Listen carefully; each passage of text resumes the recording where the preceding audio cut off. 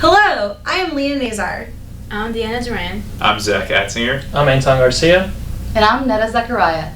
Now, Leah Nazar is going to tell you a little bit more about our company and what we're all about. We are the Little Shiners Distilling Company, a moonshine distillery planned to be situated in Portland area near downtown Louisville, Kentucky. Today, with the booming industry in spirits and alcohol, Louisville residents and tourists from all around are looking for new and exciting adventures. Moonshine is something that can be associated with Kentucky, but is found nowhere in Louisville. Thanks a lot. Okay, now I'm going to tell you a little bit about the pricing of our product. The pricing of our product will focus mainly on two different kinds of bottles. We'll have a 750 milliliter bottle and a 375 milliliter bottle. We'll sell these bottles in our gift shop, and the price will be ranging from $12 to $25, which we thought was pretty affordable.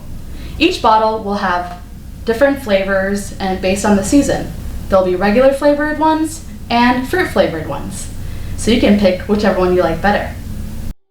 As far as the revenue model is concerned, in order to calculate our sales number, we assume that we will see 10,000 visitors during the first year. We got our $10,000 visitors number from the 500,000 that will be visiting the Bourbon Trail. We only expect to see 2% of the willing and able market to visit our distillery. But that's a pretty big number. And we will be spending approximately $15 per head. In order to best discover our target market, we followed a series of steps that led us to a segmented market. The first step taken was to define the problem in our area. Our given area is Portland, Kentucky. We found that there are multiple needs in the area relating to our product. Most importantly, there is a need for a positive image of Portland, wanting consumers to buy local products to help spread economic development throughout Portland. There is also a need for a cool tourist location spot in Portland, as well as a distillery, since there's not one in Louisville or any of the surrounding areas. The table provided shows how our team decided to segment our specific market. The main section is our demographics, which set the age group to be between 25 and 45. The age of 25 is an age where most begin to appreciate the taste and maturity of alcohol. Therefore, the ages of 25 through 45 seem the most appropriate to target. Of course, all genders, ethnicities, nationalities, and religions are welcome to our distillery. As far as geographic segmentation goes, it is important for us to be in local and close by. Within the first 3 years, we plan to target only people within Portland, Louisville, and the Kentucky area, with a special focus on tourists and visitors to the downtown Louisville area. By focusing on this borough, we will be able to attract more people. Psychographics are essential to include when segmenting our market because we have to focus on who is able to purchase our product. Thus, focusing on the middle class is suitable. We will also focus on the customer having a lifestyle involving business or tourism, thinking that we are visiting downtown Louisville for that reason. We plan to sell our product through our promotion development, which links our advertisement to our brand value. Thus, the appropriate model response process will be the IDA model.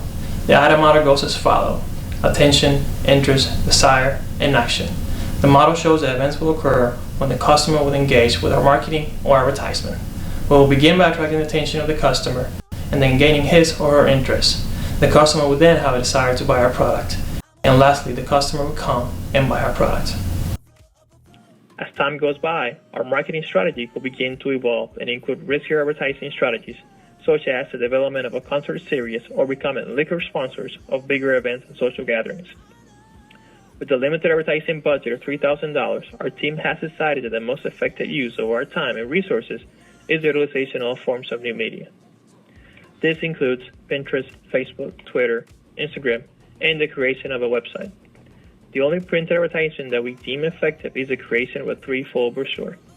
This brochure can be given to customers at our store, placed in hotels or other popular tourist areas in Louisville. Through these inexpensive routes of advertising, we believe that we'll be able to contact people that are in a target market while evoking an image of positivity for our distillery in the Portland area. I know at this point you're probably wondering, well, what's our long-term goal? Our long-term goal will be to distribute regionally and eventually nationwide, while expanding our target market and product line simultaneously. We are just looking to grow. Our goal for the first 3 years, specifically year 1, is to become a household name, a part of the Bourbon Trail that includes a more urban setting. Whenever someone visits Louisville, they'll say, well, we have to visit Portland, and Little Shiners will become a household name. Now we're going to talk about some PST issues. For political factors, we have already secured our alcohol, state, and federal licenses. Regarding the economic and social factors, currently people are reluctant to go past 9th Street. We hope to revitalize Portland and bring economic growth to the area. The greatest thing about Portland is the opportunity.